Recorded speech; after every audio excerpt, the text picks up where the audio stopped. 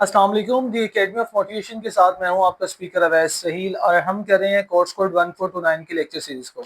तो course code 1429 की lecture series का आज हमारे पास मोस्ट इंपोर्टेंट लेक्चर नंबर 3 है, जिसके अंदर हम आपके साथ क्वेश्चन नंबर 3, 4 और 5 शेयर करेंगे और ये क्वेश्चन असाइनमेंट्स में भी पूछे जा चुके हैं।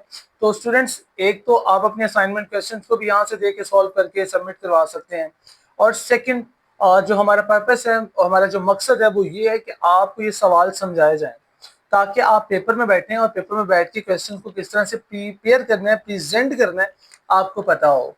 क्योंकि 1429 ऐसा सब्जेक्ट है जिसमें बहुत से स्टूडेंट्स की कंपार्ट आ रही हैं, बहुत से स्टूडेंट जो है वो सप्ली ले रहे हैं, और हम ये चाहते हैं कि जो मेरे स्टूडेंट हैं, जो अवैस सहील के स्टूडेंट हैं, उनके साथ ऐसा मसला ना हो।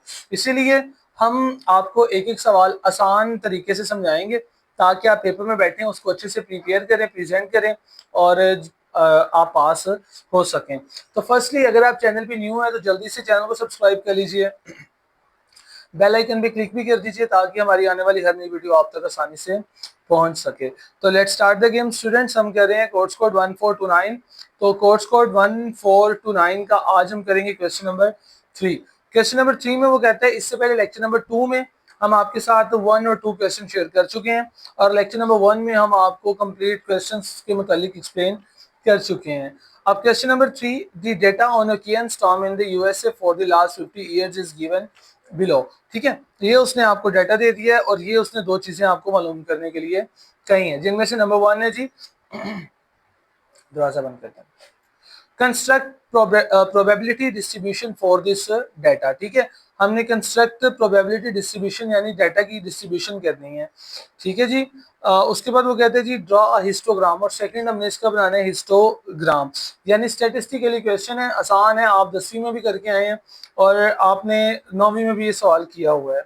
उसके बाद चलते हैं जी आगे। नंबर 1 पे हमारे पास है construct probability distribution for this data. तो स्टेप में ये सवाल सॉल्व किया है ताकि आपको आसान अच्छी तरीके से समझ आपको अच्छे तरीके से आ जाए। Step 1, data table. ठीक है, ये आपका डाटा है, वैसे ही जो ऊपर दिखा है वैसे ही हमने नीचे लिख दिया है। स्टेप 2 में हम करेंगे इसकी फॉर्मुलेशन, हम लगाएंगे जो इधर फॉर्मूला लगता है, probability is equal to frequency over total. यानी फ्रीक्वेंसी क्या है जी, ये दो फ्रीक्वेंसी है, सिंगल फ्रीक्वेंसी, और ये नीचे टोटल फ्रीक्वेंसी है। तो हमने क्या करना है, हमने सिंगल फ्रीक्वेंसी को डिवाइड करना है टोटल फ्रीक्वेंसी के ऊपर। ठीक है जी। अब देखें जी नीचे, टोटल फ्रीक्वेंसी हमारे पास कितनी है, 60 है। नंबर ऑफ सम 0 है, फ्रीक्वेंसी हमारे पास 2 है, 2 divided by 60, 2 divided by 60 is equal to 0.033। 7 divided by 60, 7 divided by 60 0.17117। उसके बाद 10 है, 10 ओवर 60, ठीक है, वो 0.107। 15, 15 over 60 is equal to 0.250।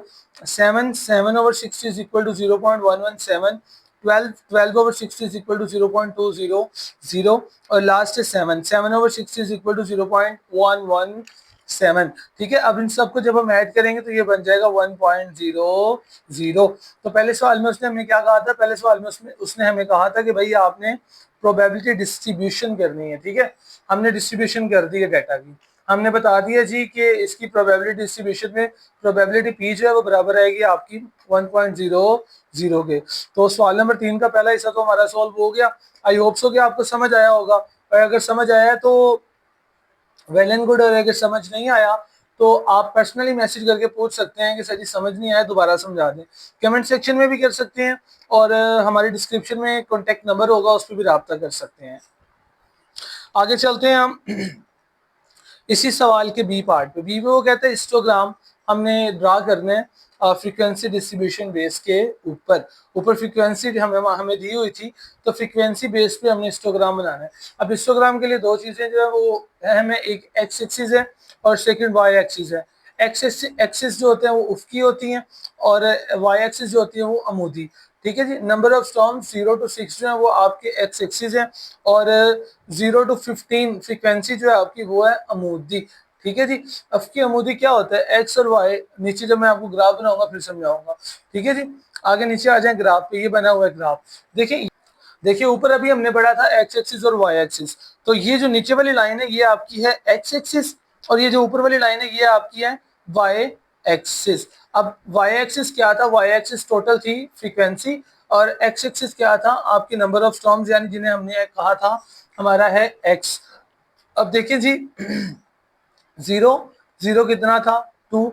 Zero के बाद क्या था? वन जो था वो था आपका, ठीक है, एट। इसी तरह बाकी फ्रीक्वेंसी आपकी जो है वो सामने बनी हुई है आपके।